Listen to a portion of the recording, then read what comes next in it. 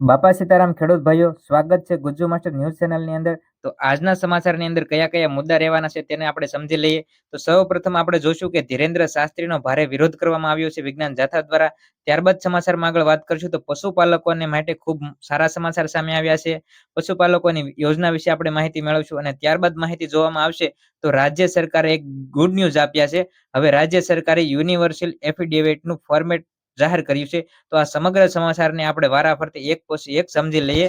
તો જો તમે ખેડૂત મિત્રો તમે આ ચેનલની અંદર નવા હોય તો જરૂરથી સબસ્ક્રાઇબ કરજો, કારણ કે આપણી આ ગુજ્જુ માસ્ટર ન્યૂઝ ચેનલની અંદર ખેડૂત વિશેની માહિતી તેમજ સરકારી યોજના વિશેની માહિતીને સર્વપ્રથમ રજૂ કરવામાં આવે છે. તો શરૂઆત કરીએ આજના મહત્વના સમાચાર વિશે. ધીરેન્દ્ર શાસ્ત્રીનો ભારે વિરોધ કરવામાં આવી રહ્યો છે ગુજરાતની અંદર એટલે કે વિજ્ઞાન જાથા દ્વારા ધીરેન્દ્ર શાસ્ત્રીનો ભારે વિરોધ કરવામાં આવી રહ્યો છે.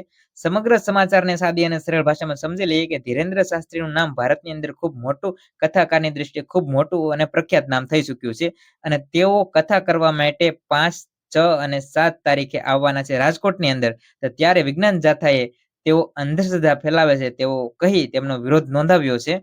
તો સમગ્ર સમાચાર વિશે આપણે જાણી લઈએ માહિતી. ધીરેન્દ્ર શાસ્ત્રીના આગમન પહેલા જ વિજ્ઞાન જાથાએ કહ્યું છે કે રાજકોટની અંદર 5 થી 7 જૂન દરમિયાન બાગેશ્વર ધામના જે ધીરેન્દ્ર શાસ્ત્રી ધીરેન્દ્ર કૃષ્ણ શાસ્ત્રીના દિવ્ય દરબાર પૂર્વે જ વિવાદ સર્જાયો છે. અંધશ્રદ્ધા નિર્મૂલન માટે કાર્યરત વિજ્ઞાન જાથા આ ચેરમેન જયંત પંડ્યા છે તેમણે આ કાર્યક્રમનો સખત વિરોધ કર્યો છે.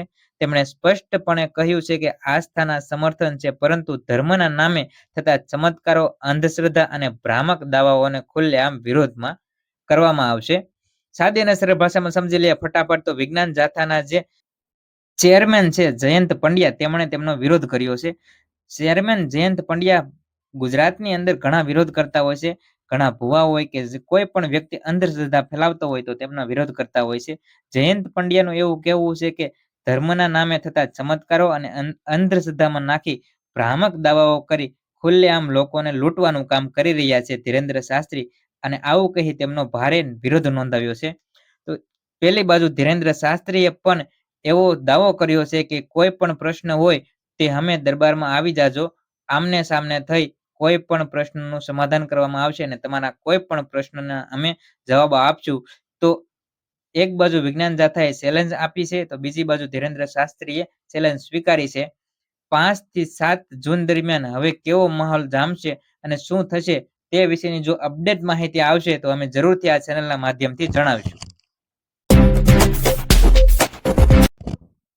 ત્યારબાદ સમાચારમાં આગળ વાત કરીએ તો પશુપાલકો માટે ખૂબ સારા સમાચાર સામે આવ્યા છે. તો ફટાફટ એક નજર કરી લઈએ કે કારણ કે પશુપાલકો માટે આનંદના સમાચાર આવ્યા છે.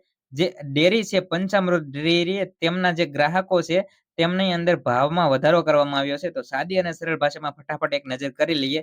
દાહોદ અને મહીસાગર જિલ્લાના 2.5 લાખથી વધુ જે પશુપાલકો છે તેમના માટે ખૂબ સારા સમાચાર સામે આવ્યા છે, કારણ કે પંચામૃત ડેરી છે તેમણે દૂધની ખરીદીની અંદર જે ભાવ છે તેની અંદર વધારો કર્યો છે. પ્રતિ કિલો ફેટની અંદર ₹865 થી વધારીને ₹875 કરવામાં આવ્યા છે. નવા ભાવ 1 જૂનથી અમલ કરવામાં આવશે અને આ વર્ષે પશુપાલકોના હિત માટે આ જે નિયમ લાગુ કરવામાં આવ્યો છે, આ જે ભાવ વધારો કરવામાં આવ્યો છે, સતત બીજી વાર ભાવ વધારો કરવામાં આવ્યો છે, જેનાથી દૂધ ઉત્પાદનોની આવકની અંદર નોંધપાત્ર રીતે વધારો થઈ શકશે.